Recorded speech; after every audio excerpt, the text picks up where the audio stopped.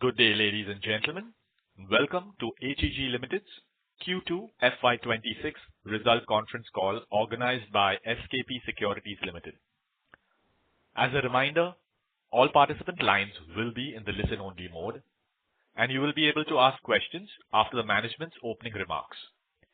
Should you need assistance during the call, please signal an operator by pressing star then 0 on your touchtone phone. Please note that this conference is being recorded. I now hand the conference over to Mr. Naveen Agarwal, Head Institutional Equities at SKP Securities Limited. Thank you, and over to you, sir. Good afternoon, ladies and gentlemen. I am pleased to welcome you on behalf of HEG Limited and SKP Securities to this financial results conference call with the leadership team at HEG Limited. We have with us Mr. Manish Gulati, Executive Director, along with his colleagues, Mr. Om Prakash Ajmera, Group CFO, Mr. Ravikant Tripathi, CFO, Mr. Puneet Anand, CSO, and Mr. Ankur Khaitan, MD and CEO of TAC Limited, a wholly owned subsidiary of HEG Limited. We'll have the opening remarks from Mr. Gulati followed by a Q&A session. Thank you, and over to you, Manishji. Good afternoon and welcome to HEG's financial results conference call for Q2 FY'26. Let me begin with a brief overview of global steel industry trends which continue to shape the demand environment for graphite electrodes. As per the recent World Steel Association, global crude steel production in the first 9 months of 2025 stood at 1,373 million metric tons, a 1.5% decline year-on-year, indicating a slowdown in demand across major economies.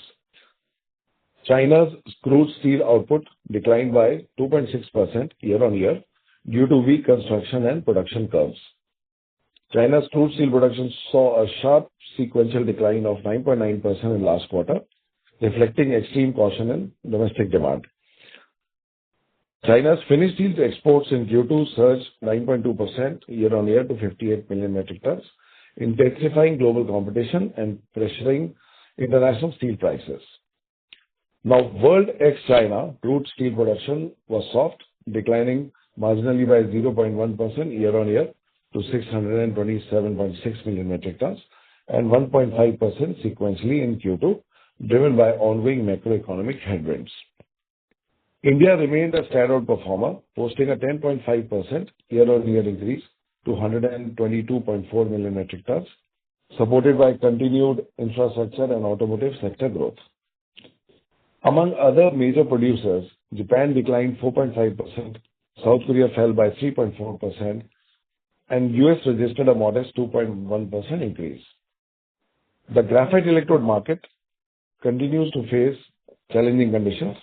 Customer demand remained muted due to cautious procurement and aggressive export pricing by Chinese suppliers, which intensified margin pressure for producers globally. The recent imposition of 50% reciprocal duty in the US poses potential headwind to our competitiveness in that region. However, we hope that tariffs will settle down to a more reasonable level in coming times. In any case, HEG has a well-diversified sales footprint across all major global markets. On a positive note, we are proud to announce higher revenues due to higher sales volumes and decent profits for the quarter, demonstrating our operational resilience. We continue to operate at one of the highest utilization levels in the industry, 90% plus in the last 2 quarters, compared with our peers. The electrode prices have remained flattish between Q2 and Q1, and so have the needle coke prices. We hope that in 2-3 quarters, steel production starts to increase and the new electric arc furnace capacities start coming on stream in the next 1 to 2 years. Our single location 100,000 ton production base, combined with a structurally low cost environment in India, positions us as one of the most cost efficient graphite electrode manufacturers globally. The global transition towards low emission electric arc furnace steel making continues to accelerate, driven by climate goals and regulatory momentum. This transition is expected to generate substantial incremental demand, as we have said in the past calls, estimated at approximately 200,000 tons of graphite electrodes by 2030, excluding China, reinforcing the industry's long-term potential. As you are aware, we have already announced further expansion of 15,000 tons with a capex of rupees 650 crores to be completed by end of 2027 and be ready for production in the first quarter of calendar year 2028. Despite ongoing market challenges, we remain confident in the medium to long-term growth trajectory for our industry. The combination of electric arc furnace-led structural demand growth and supply rationalization should gradually lead to market stabilization and margin recovery. Regarding the demerger process, the ongoing composite scheme of arrangement has been filed with the stock exchanges and remains under review. While the process has taken longer than anticipated, we are confident of receiving stock exchange approvals in due course. Upon receipt, the scheme will be filed with NCLT for its consideration. Based on the current timetable, we expect NCLT approval by April 2026. With that, I would now like to invite our CFO, Mr. Ravi Tripathi, to present the financial results for the quarter.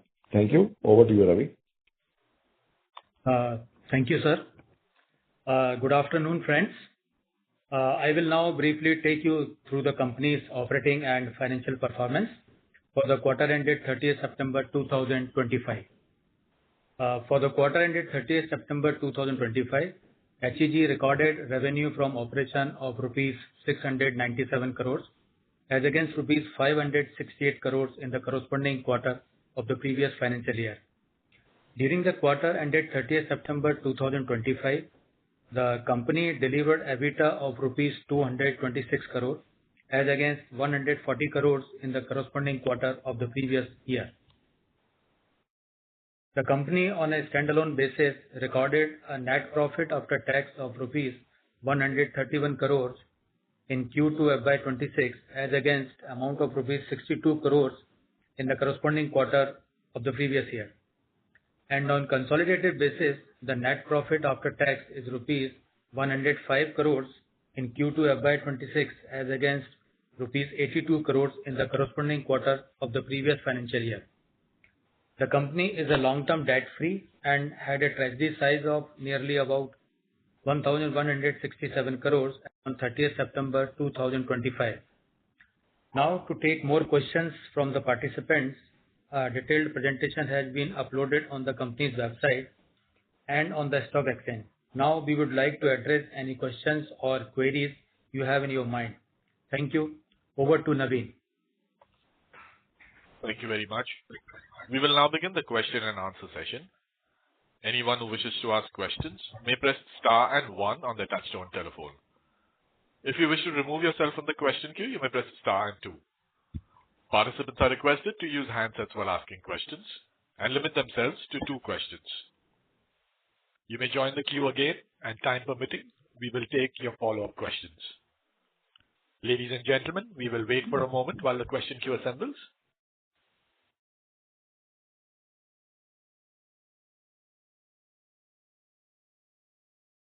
To ask questions, please press star and 1.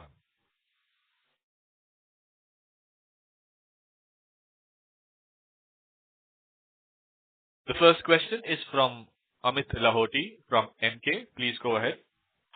Thanks for the opportunity and congratulations on a good set of numbers. My first question is on Q2 performance. So how much revenue increase could be attributed to volumes and product mix, and how much to prices? Okay. See, prices, as I said in the remarks, were flat between Q2 and Q1. And rest is the top line which you're seeing is coming from higher sales in Q2 compared to Q1.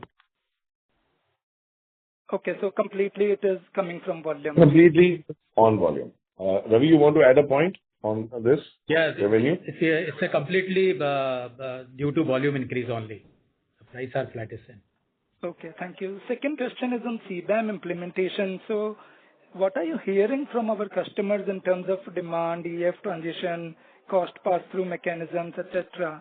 I mean, is the industry, which is on the EAF side of steel, is like more excited or worried from these regulatory changes?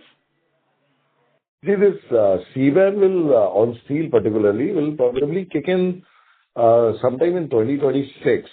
So obviously, when there'll be some trade barriers, and I think there's talk about cut off steel import quotas also in EU. I'm just talking about EU. So that might be helpful to the steel industry in EU, which is still quite blast furnace based. I think it's for EF is less than 45%, or about 45%. So it will be helpful to the steel industry in EU for both of these reasons. Once CBAM takes effect, and also the talk about cutting steel import quotas. Certainly, there should be some upswing in steel production in EU. Okay. And then on tariff, are our customers asking us to absorb some impact of reciprocal tariffs? If you could quantify the net tariff impact that is applicable to us. See, we are now just about completing 2025. Our business in US is done by the calendar year. So we are hoping that by the time maybe another month or so. In fact, there was a news floating yesterday also, which I don't know. We have to receive more confirmation about that. And in times to come, we are very hopeful that duties might settle down to more reasonable levels, as has happened with other countries. US, yes, it is an important market for us. And any customer in US would want a similar price compared to the local suppliers. So tariff, whatever it is, of course, if the customer is not going to pay that over and above the price, they will not increase their procurement cost. So we'll take a call once we figure out that finally what kind of tariff finally gets applied. Right now, it's a little early to say because we are also watching, and 2026 is still 2 months away. We'll see what happens. But my message to you is, the answer to your question really is that we are hoping that these tariffs settle down. We would, of course, like to remain in US market, and we'll try. But yes, customers, it's very clear. Why should they pay 50% higher price for graphite electrodes? So obviously, whatever it is, 10, 15, 20, whatever finally it settles down to, that's our hope. What happens, we can't guarantee. Obviously, that will have to be taken care of by us, because customer will need a delivered price. But let's say tariffs come down to 25%. Is it going to be economical for us to absorb that hit entirely? It's hard to say. We will see, because of course, when tariffs are put, of course, we feel that internally prices should also start firming up within US. So we will see as it comes what kind of tariffs finally apply, what is the local price, what happens to the local price in the market, in US market, and then we'll take a call. Okay. See, I just want to add here, HEG, our US portion of sales is only 10 to 12%. And we are supplying to 35 countries. So, of course, I mean, we are very, very well diversified. We might have to do we might have to see other markets also. But it's not as big a risk for us. It's not like that we are supplying 50% of our production to US. Then, of course, it was a big risk. Okay, got it. And a housekeeping question. At the time of demerger, how much of net debt, which is there in the consolidated books right now, would be allocated to graphite entity, and how much would be to green tech entity? Punitji, Ravi, Tumant, you go ahead and answer. Yeah, we have a total treasury size as approx 1,200 crores, out of which 830 crores we have allocated to the TACC and remaining with the graphite business. Okay. That's very helpful. Thank you so much. Thank you. Before we take the next question, a reminder to participants that you may press star and 1 to join the question queue. The next question is from Rohan Baranwal from Arihan Capital. Please go ahead. Thank you very much for the opportunity. So, sir, my question is related to the capacity which you've added. So, like you've currently installed capacity of 115,000, and you mentioned that you have an utilization up to 90%. So, what kind of growth in volumes terms and in terms are looking going forward? Yeah. Rohan, you see, first of all, just wanted to correct you. It's 100,000 now and 15,000 capacity expansion we have announced, which will get completed by 2027 end. And if you now are coming to volume growth you're talking about, see, last fiscal 24-25, we were at roughly 80% capacity utilization. Now, in the first half, we are 90% plus. We are hoping that by the time we close the year, we are maybe between 85 and 90. Maybe we're hoping for 90% capacity utilization. So that is the kind of volume growth which we have seen between 24-25 and 25-26, which we expect. And when, of course, the expansion will take two and a half years to come. And once it comes, we feel that the new electric arc furnaces which are coming on stream will be at least 20 million metric tons which will get added. So, and even more importantly than that, we want once the steel production, which has been languishing for last 2-3 quarters, I'm sure you have been tracking that when it takes upturn, it should bring additional demand for graphite electrodes from existing capacity as well as the new capacity. Got it, sir. That's very good. So the next question is, like, what kind of product mix which you have between like the UHP and HP electrodes, and how do you see it like evolving over the next 2 years? See, our focus has always been and continues to be in the ultra high power grade segment only, in UHP electrodes only. And proportion wise, if you ask, is probably a 70-30 or something kind of a portion between UHP and non-UHP, because some of our regular and long-term customers whom we supply UHP electrodes also expect that we will supply the HP grade electrodes to them. But it is not a significant portion really. As I said, it's in excess of 70 or maybe 75% is UHP only. And in the coming expansion also, whatever capacity we'll be building will be focused only on UHP electrodes. Okay. And yes, I got it. And sir, what impact do you expect from the recent global capacity like closures on the pricing and the order visibility? See, the two plants which one of our big competitor announced closure, one in Malaysia and one in China. China anyway didn't have an impact globally. The other plant probably was not running full. But you see the kind of utilization the whole industry as an average has. These capacities going out have not really created a big impact just because the demand environment itself is slow. But yes, when the demand goes up and the industry level, all industry, I'm not talking about HEG, if gradually all the average utilization levels will increase, then of course prices should start to come up. Thank you very much, sir, for that answer. One last question from my side. After that, I'll join in the queue. Can you share your plans for the expanding capacity or new opportunity you are looking into? See, the new opportunities, Punitji will take this question because there are several new products which the company is going to do. Punitji, please. Yeah, thank you so much, Manishji. Upon the demerger, so on the HEG Greentech front, there will be 4 businesses which will be there. One is the anode material manufacturing, which is currently going on. Second is the existing hydro plant. BL Controls holds 51% equity of these hydro assets and has signed a definite agreement to acquire the remaining 49% from Strata.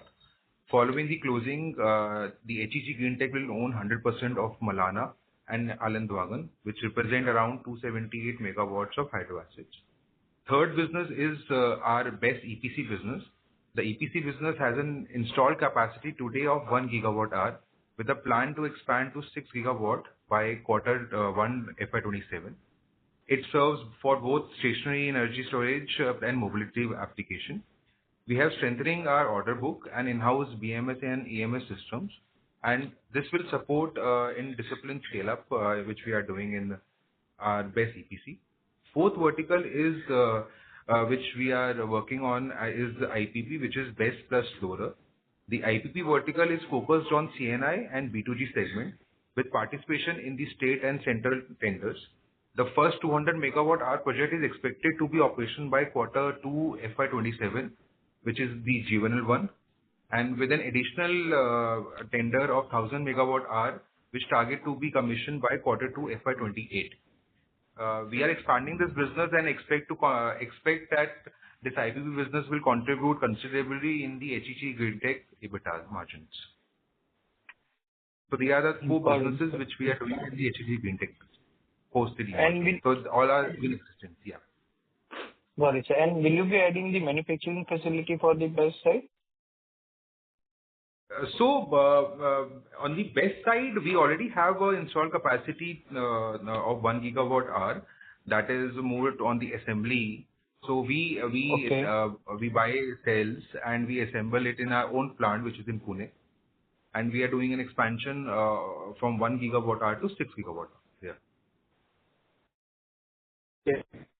So like the containers and the battery energies are all sourced from are imported and then assembly is done. Am I right, sir? Yeah. But our focus now is to make in India. So we will do maximum things out of India only and through a plant in coming quarters. Got it, sir. Thank you very much, sir. That answers my question. I will join in the queue. Thank you. Thank you. The next question is from Chirag Pachesia from SKP Securities. Please go ahead. Good afternoon, everyone. So my question is on the Greentech side, you had guided about 500-600 crore in revenue and 200 to 225 crore in EBITDA for FY'26. So could you share what the actual contribution was in H1 and how you see visibility shaping up by end of April, especially post the demerger? So the H1 EBITDA is primarily to the hydro assets only, which is already there. The revenue which is coming in the HEG Greentech level for other businesses, so that will be coming from Q4 of FY'27 for anode when the plant is getting commissioned. The RE plus business is there, but right now, since we are doing on an expansion basis, the margins and the EBITDA is low there, but that will pick up. BESS and IPP, the margins and revenue will start from Q2 of FY'27. Got it. So I think it will be premature for an FY'27 number as of now. So FY'27 we have some anticipation and some projections, but it's too early to say because these projects are under execution. Once these get executed, we can see. But primarily you are in line with the FY'26 numbers which you have mentioned, and we have hope that the EBITDA will be doubled in FY'27 on this. The numbers which we have just said on FY'26, the numbers will be doubled at least by FY'27. All right, makes sense. So I'll just tell you the full contribution on the EBITDA will be coming post Q'27 when my anode is been live and my RE plus business has been live. Plus my IPP I have projects which is roughly 650 megawatts as on today, which the tenders we have won are on live. All right. Thank you. Thank you. Participants who wish to ask questions, please press star and 1. Next question is from Rajesh Majumdar from B&K Securities. Please go ahead. Yeah, good afternoon, sir. So I had a few questions. First of all, we've seen the Indian players operating at a very high utilization rate last quarter. and GrafTech is also operating at 65%. So what is your guess of the global industry utilization, capacity utilization rate currently, excluding China?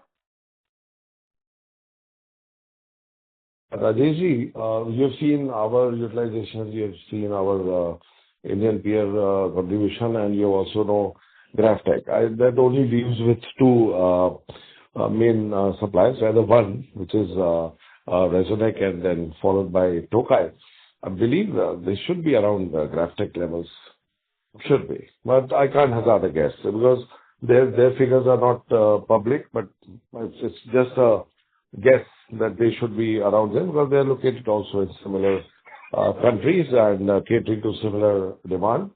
So my guess is they should be around that only. So which means the overall industry utilization rate would be about 70-75%. If you about 70%, maybe. I think so. If you combine, maybe around 65 or 70, something like that. In your experience, what is the industry utilization rate where the prices can actually take an upturn? Is it 75, is it 80, or where do you think that inflection point can happen from the current 70% levels? Yeah. Amazing question. Yes, I have that past experience. Maybe it should be when it crosses, average utilization crosses 85. Once it starts close to between 80-85, then the prices start to firm up. That's for the past experience. Okay. 80-85% is a good kind of guess. Yeah, it's a good number when prices start to firm up. And secondly, sir, we were hearing some murmurs of some price firming in the HP electrode side this quarter. Is that true, or do you see any kind of uptick in the HP electrode prices happening? You mean in the October to December quarter where we are? Yes, October-December quarter, correct. Yeah, but that's very marginal. That was only in HP because HP prices were already low, but this is globally, if we see this market is quite dominated by Chinese players. So the pricing, I'm just talking about, I would say Indian context, there's a very slight price increase. And globally also, I'm not sure really whether we can really pull up an average of basket of wherever we supply and actually demonstrate price increase. I would still say it will be the same level. And the increase in domestic was very marginal. It was nothing, just to cover our costs. So it is only in the domestic market, is it, the price increase? No, you see, in some markets we have little bit here and there, but as I said, if I actually pick up that average of all the sale, I probably will not be able to demonstrate an increase. Because somewhere we're getting a better price, somewhere not a better price. Actually, as I said, it's so much dominated by China that depends upon our sales mix, where we sold, how much we sold, which customers. So if I pull up an average of Q2 versus Q3 later, still one and a half months to go, I don't think I'll be able to demonstrate even a 5% or a 10% increase. I don't think so. Global average, yeah. Right. And sir, what is the cost of needle coke for 2Q, and what is the inventory now of needle coke that you have? Price, I won't be able to divulge honestly, but it's not difficult for you to find out. And they've been pretty static for 2-3 quarters, just like electrode prices have been at similar level for 3 quarters. The needle coke prices have also been that way. And the inventories at plant are comfortable. It's our standard. I can't disclose the real number of inventory, but it's enough. It's if I see it as an average, we are not low on inventory. I would say rather we are a plus on inventory. On needle coke inventories at plant, in transit, we are rather on the slightly on the higher side, not lower side. Right, sir. And if I could have the last question, suddenly we see a kind of capacity increase announced by the Indian players after so many years. And I was under the impression that needle coke availability is a big issue in the industry. So where are we getting all this needle coke from to announce the capacity? And if you combine with that with your competitor, the total increase is nearly 40 KT over 3 years. So that kind of a needle coke volume is coming from some new installation, or is it because of the capacities getting closed? Yeah, that's last question. Thank you.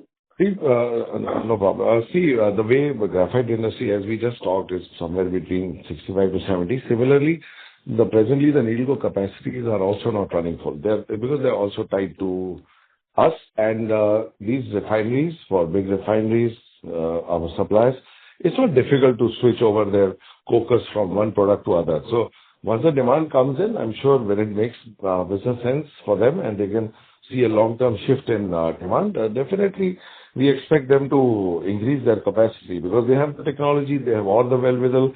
The big refineries themselves, it's just about adding cokers or switching cokers from one grade of coke to other grade of coke. So I don't think it's difficult for them. Yes, something happens temporarily. Of course, it takes time for capacity to ramp up.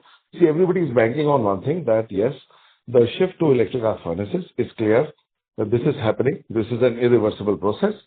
This will bring additional demand. That's also clear. The capacities which increase, which we have announced and another peer has announced, is also going to take 2.5 years to come. And by the time we are banking on the new electric arc furnace capacities. So I don't think needle coke will be that much of a problem. Okay, thank you. Thank you. Before we take the next question, a reminder to participants that you may press star and 1 to join the question queue. The next question is from Akhilesh Kumar from MK. Please go ahead. Yeah, thank you for the opportunity and congratulations on the good numbers. So, sir, my first question is on the realization. So when I take the said utilization of 90% for 2Q, I get the realization of around $3,500 per ton. So is it around the same levels of GE prices which you are tracking, or is it at some premium or discount? If you can shed some light on that. We are in a very simple business. You can catch that turnover. And when I say capacity utilization, I've said it for 2 quarters of 90 capacity utilization production-wise. And in the same breath, I said that we sold more in Q2 versus Q1. If you put all this together, because I will neither be able to confirm the price nor deny the price, but you're close. Okay. But I wouldn't be able to confirm the average price because it depends on all markets, all put together, grades, everything. But since we are only in graphite business, it's easy for you to calculate. Right. So the only part where I am not clear is that is it some trading some kind of premium or discount? So let's say if I take a standard price of GE of 3,000, so then I get a premium of around $500 per ton. So am I tracking on the right lines, or am I missing something here? No, my dear friend, as I said, I won't be able to confirm or deny it. But I can only say, if it is helpful, that whatever price levels of today are actually at the bottom, because you can see around peer group is very difficult to make margins at this price, and everybody in the industry hopes that this price should firm up from wherever they are today. They are one of the lowest we have seen in past years. So we are expecting a firm up on prices. So 3,000 plus 500 premium, I won't be able to. I won't comment on that, please. But yes, wherever they are at one of the lowest. Okay, got it. Sir, and my second question is on the general spread between the graphite and the needle coke prices. So if you can guide us on that part. Okay. So spread is also at the same level for last 2-3 quarters. Because electrode prices are where they are, the needle coke prices have also not changed, and the electrode prices are also at that same level. And the spread continues to be at the same level, and that converts, you cut out the variable costs and everything, and that's what you see in profit figures. So if I track the historical prices for these two, the spread generally comes out to be 1/3 of for needle coke prices, it comes out to be 1/3 of GE prices. So is that trend still holding up? It is the question you want to ask is not possible for me to answer. But yes, you have your own thumb rule. Maybe you have observed it in the past, but I won't be able to attach a formula to it that is the group prices are one-third. But it's generally or vaguely, maybe, yes, you might be close, but then it changes. It changes with time, up and down. But you have seen the industry. You know how it changes. Okay. Okay. Thank you, sir. And another question is on the utilization level. So the kind of utilization we have seen in 1Q and 2Q, is this level of utilization expected to even go and extend it to FY'27 and 28 also? I think this year, FY'26 is not a great year for the industry, and we are hoping for better days ahead. And in next year and another year, because the moment the steel production there's an uptick and new capacities come in, we are expecting better demand levels in the next fiscal year, which will be helpful for capacity utilization also and firming of price also. Right. Good to have that kind of confidence. And sir, the another question is on the graphite anode project, and basically just want to get some unit matrices there, what kind of relations and we are expecting there, what kind of ROCs and debt to equity, how we are going to fund it. So if you can shed some light on those, that project. Yeah, Puneetji, that will be answered by my colleagues, Puneetji, Ankurji. So please go ahead, Puneetji. So Ankur, you want to take first on the business side? I'll take on the numbers. Yeah. So in case of anode, I mean the realizations are pretty as per the current market scenario, where also we are seeing an uptrend. And we are right now pretty secured as far as our funds are also concerned. And the production part is the production will start from 2027. So we are pretty secure in all that, and the market is quite stable because apart from China, people are expecting the new players to come up, and we are among the first ones to come up in the non-China anode space. Sir, what kind of IRR and EBITDA margin we are expecting from this project? So we are expecting EBITDA margins in the range of about 30%, rather 35 to 40%. Okay. And IRR also in quite encouraging numbers. Okay. Okay. Thank you, sir. And last one, if I can squeeze that in also. So the question is that our capex intensity looks higher than the competitor for the extended that 15,000 tons of capacity. We are doing 650 crores. So why is that happening? If you can throw some light there also. Yeah, I'll take this question. See, you're comparing us with the peer group, and you might have also noticed that for the first part, I think they said 1 year, while we are saying 2.5 years. So that clearly shows that, of course, see, every plant has an opportunity to debottleneck some of the facilities. Some of the equipments have very long lead times, some are shorter. So I'll just restrict myself with that, and we would not like to, just say it on competitor. We can only talk about ourselves. Because, for example, if we have to expand, we have to see what we have, what we further need to take this capacity from X to Y. Similarly, everybody does that. So I can't say what they have and what they're adding. But I know what we have and what we're adding, and what it requires to take up the capacity from 100 to 115. And would you say that the kind of capex intensity what we are having is the industry average or better than the industry average? If you put up a green, see, we are adding this capacity in the existing plant. Right. So of course, it'll be lower if you go and set up a greenfield plant and build every process right from scratch to finish. It'll be more than double of that. You see, if you remember, we in the last expansion of 20,000 tons, which we did, there was a capex of 1,200 crores. Now we are talking about 15,000 at 650 crores. You can now relate. you can relate the two things.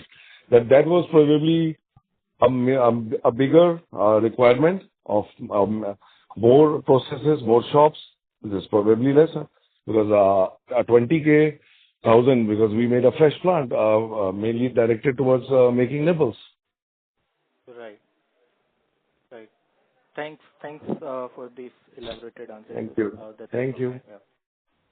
Thank you. Thank you. The next question is from Rohit from iThought PMS. Please go ahead. Good afternoon, sir. Thank you for this opportunity. Sir, just on the overall industry, I mean, of course, China is a very big part of this industry, and we've been reading, they've been talking about reducing their overall supply in steel. And this is also further extended to other industries also, where they've been talking about not trying to be too price competitive and price wars kind of a thing.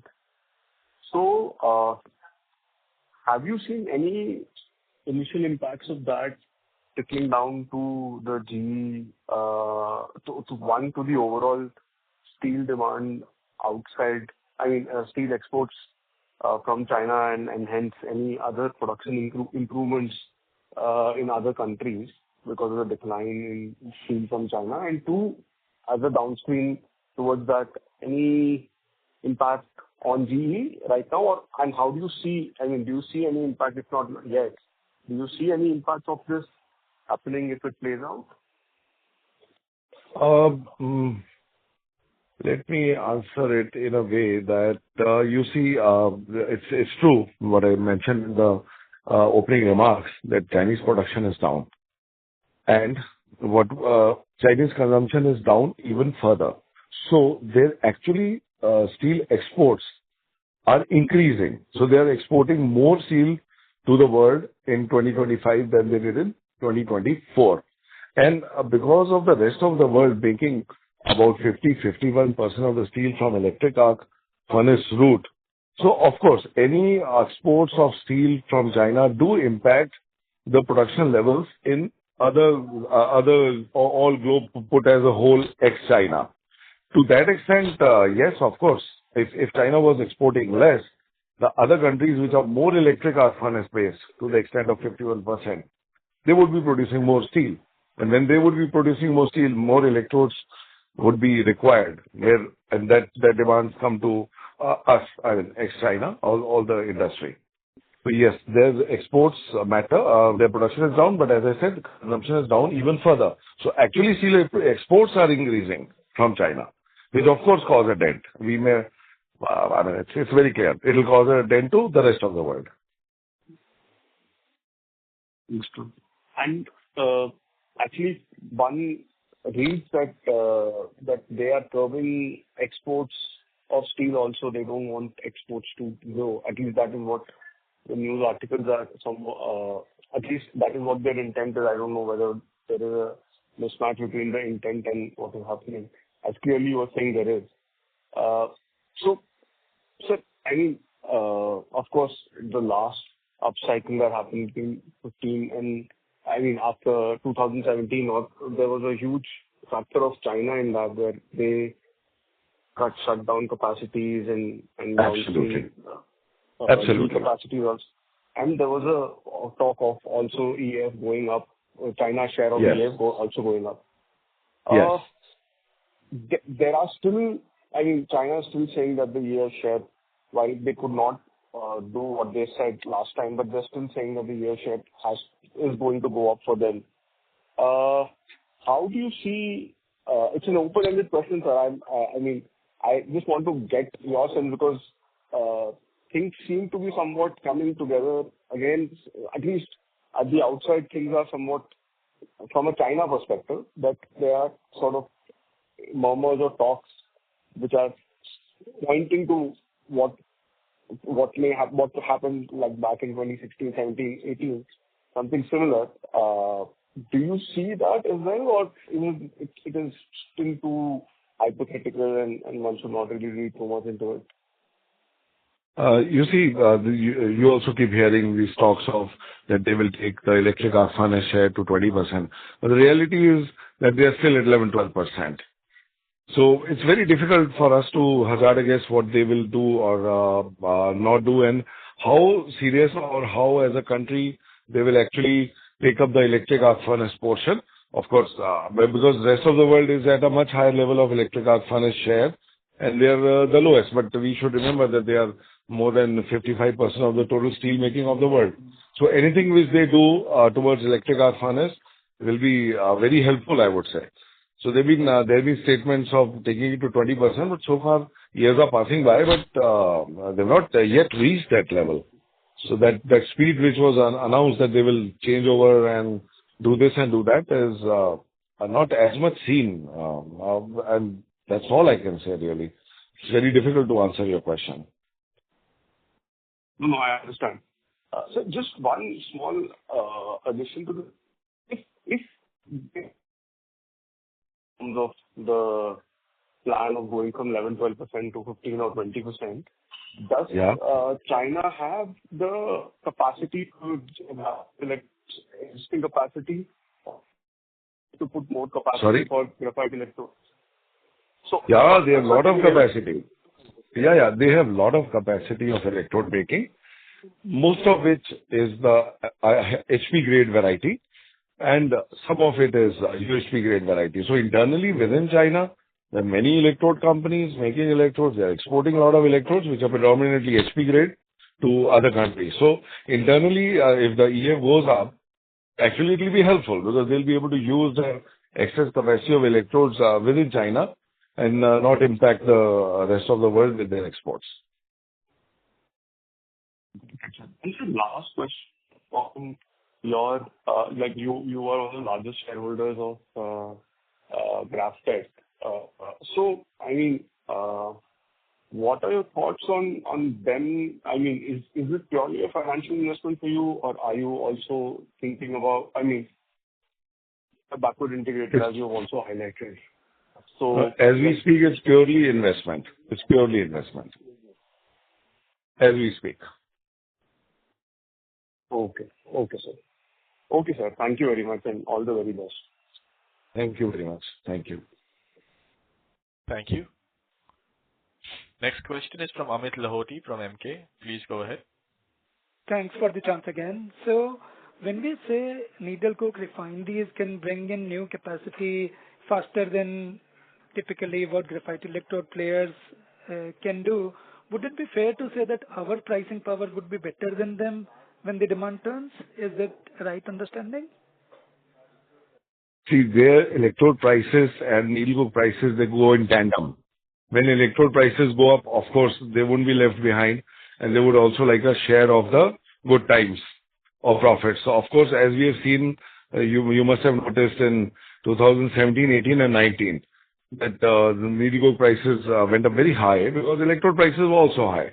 So it follows with a lag. Once electrode prices start to firm up, then needle coke prices start to firm up. That's usual. But from a demand supply perspective, when we say that they can bring new capacity faster than us, they can come into oversupply also, which is faster than the graphite guys. So with that respect, their price hike should be lower than the graphite guys. So that is what I was thinking. Let me clarify this point. See, these are big refineries, or these needle coke plants are attached to refineries. They have the technology, and they have their cokers and everything is there. They have all the wherewithal to increase. Rather than a new company coming in and setting up a needle coke plant, they will be faster. That's what I meant when I said that when the needle coke suppliers, when they see a step up of requirement, they have all the technology, the resources, and the wherewithal to increase their capacity. Better than any new player coming in. Okay, understood. Yeah. And then secondly, in the last quarter, we were highlighting expectation of improvement in demand in second half of FY'26. So I realize that expectation still remains, but any incremental color you could provide specifically on Q3, which is the running quarter? Q3 is going to be, it's going to remain the same. We keep hoping about it, but things are just not, they're taking time to turn around. See, the steel production, just look at steel production. Every time there's a forecast from World Steel Association, the next year this will happen, that will happen. When the year comes, it doesn't happen. So, and you see what the geopolitical situation is.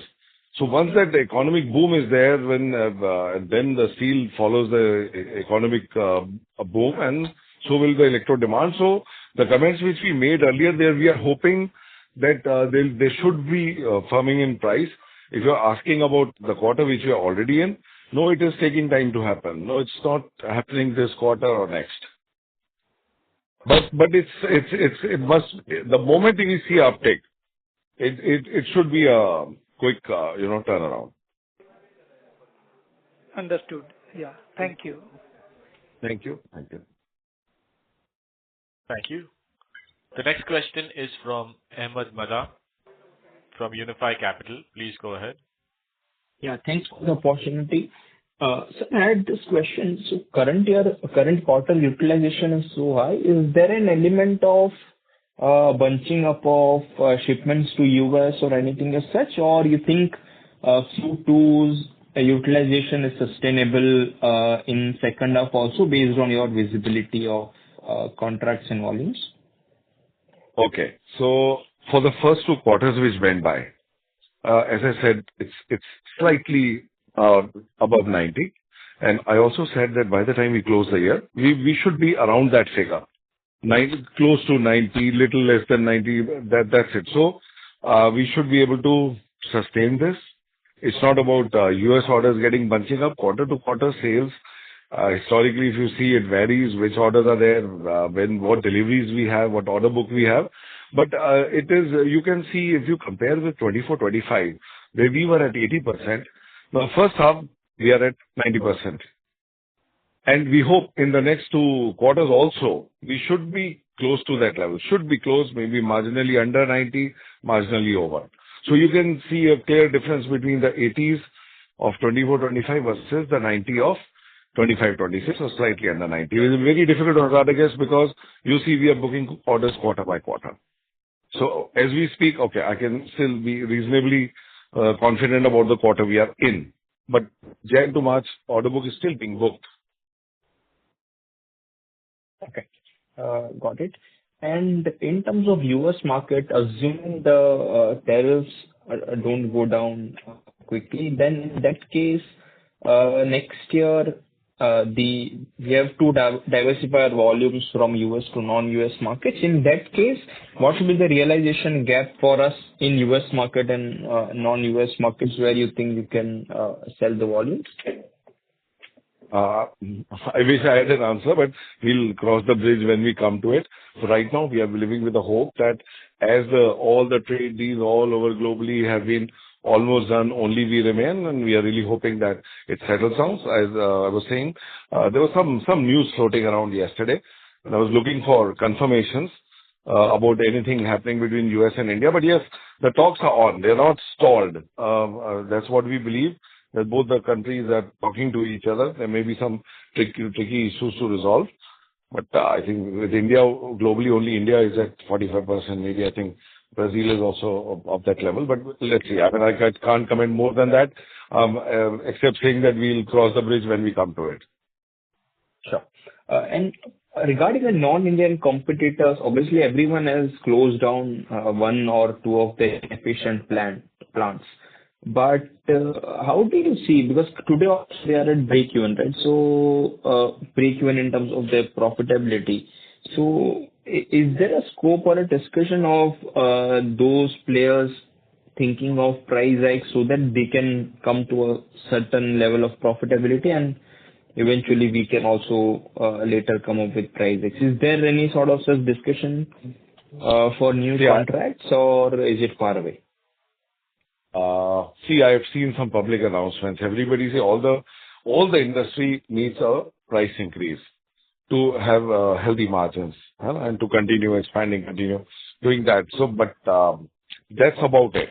Now, when the 2026 orders open up, we'll see how much is happening on the ground. So right now we are in November, and once we, in times to come, we will see, and there may be 1, 2, 3 months, we'll see how much price firming up is happening or not happening. Because the demand is still subdued. But the graphite industry as a whole, everybody needs a price increase.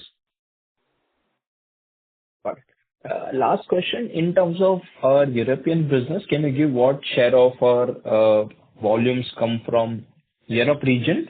And if there are duties as there is discussion going on and import quotas, and assuming the production of European players will go up, in that case, do you see any sort of benefits coming to us next financial year?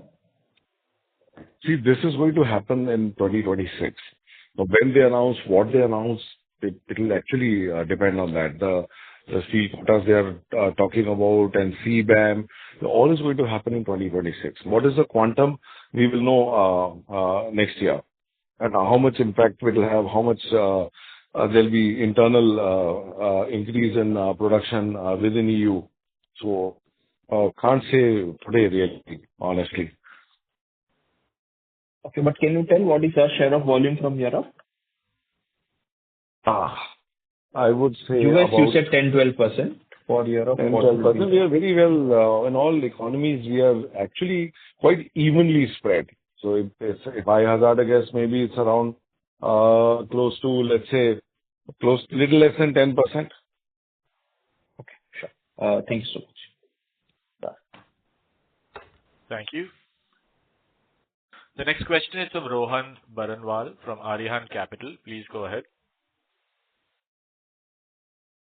Thank you very much, sir, for the opportunity. My question is on the margin side. So, what kind of margin improvement we are looking going forward in FY'26, sir? And how it will improve going forward? Like, will it be coming from the side of price normalization, or from the side of cost benefits, sir? See, the needle coke prices continue to be where they are. They are not increasing, not decreasing. And the electrode prices, as we already in Q3, half of Q3 is already gone. So here, in Q3, we do not see any margin improvement. Q4, order book is under construction. We will see how it plays, because as I just said, that we are booking quarter by quarter. That's what is happening in our industry. So I don't have any, had some long-term orders, or even if I was booked for, let's say, 60-70% of the volumes, like in good times, it used to happen that way. But we are not, we'll just go booking quarter by quarter. So if there's any uptick, maybe in Jan to March, I can't say, but this quarter doesn't seem, because half of it is already gone. So, but margins will be similar to the last 2 quarters, I would say. In the long term also, sir? No, in long term, of course, we are putting expansion, doing this and doing that. We of course expect that with the kind of demand which should come in, because with new electric arc furnaces, demand should go up, and so the prices should also firm up. Now, I'm only talking about these next 2 quarters, the Q3 and the Q4. But medium to long term, we are of course bullish about the electrode industry. Got it. So any numbers to put on that side, sir? No, not possible. I wish it was, but it is not. Thank you, sir. And sir, one last question is on the debt side, actually. So can you provide a timeline of how much debt we are expecting to add going forward, like in FY'26 or FY'27, sir? No, we have already, we already explained in our opening remarks that we are the long-term debt free, and we are not going to add any debt in future also. Oh, great. Got it, sir. Thank you. That answers my question. Thank you very much, sir. Thank you. Next question is from Ahmed Mada from Unify Capital. Please go ahead. I just wanted to understand when you say the new EF capacity is coming up globally. So, I mean, obviously we can search a bit and see what kind of capacity are coming up. In your sense, over FY20, not FY26, rather CY26 and CY27? What sort of capacity you see coming up in electric arc furnace? Is there any math around it to understand incremental demand for electrodes? It's about 20 million tons which should get added in next 2 years, 26 and 27. So if you roughly divide it by, let's say, a 1.5 kg per ton, that translates to about 30,000 tons demand increase. I'm just talking about next 2 years. Okay. And in terms of inventory situation, as a steel industry as a whole, do they have a lot of inventory for electrodes available, or are they keeping low inventories currently, considering prices have been falling for last few quarters? And now it is quite stable. There's no over inventory of electrodes with our customers. It's the usual self, depending on which country you are. Somebody gives a month if their suppliers locally, somebody gives 2 months if they are an offshore supplier. So these are the steel industry, I believe, has normal level of inventories today. There's no over inventories situation with our customers, because we can see from the buying behavior also that they're consistently buying and as exactly as their demand is. So I don't think there is an over inventory situation with steel customers. And in terms of China's supply of electrodes, right, with the new demand coming up, either because of the increase in non-China steel production or with the new EF capacities, is it possible that the incremental demand goes to Chinese people who are probably selling the product at lower prices? Are they increasing their own supply? Is there any sense we have? See, we are also a competitive cost producer, just according because of our size being big at one location in India. And I think we are in a good position to compete. Yeah, of course, this low pricing and this, of course, it hurts, but still, we also have a reasonable level of costs. So we should be able to compete in the market. And again, the Chinese capacity which they have is predominantly on the HP grade variety and lesser on the UHP grade variety. So yeah, we have to survive. We have to be competitive at all times. Okay. And is there any sense on China's supply of electrodes? Yeah, has there been any new capacity addition, deletions in recent quarters or recent years? No, what I can read is I think the that capacity is broadly similar, so that is my sense from the public. It's similar. Yeah, it's similar. They have not added. They have not deleted either. So they're at the level which they were. Maybe in last 3 years, the capacities of electrode have remained at the same level. They have not increased it. Okay, sure. That is from my side. Thank you so much. Thank you. Thank you very much. That was the last question in queue. As there are no further questions, I would now like to hand the conference over to Mr. Gulati for the closing remarks. Thank you. Thank you very much, friends, for listening to our Q2 conference call. And hopefully, when we talk next quarter or next, maybe we'll be able to provide a better outlook for 2026. Thank you so much. Thank you very much. On behalf of SKP Securities Limited, that concludes the conference. Thank you for joining us, ladies and gentlemen. You may now disconnect your lines. Thank you. Thank you.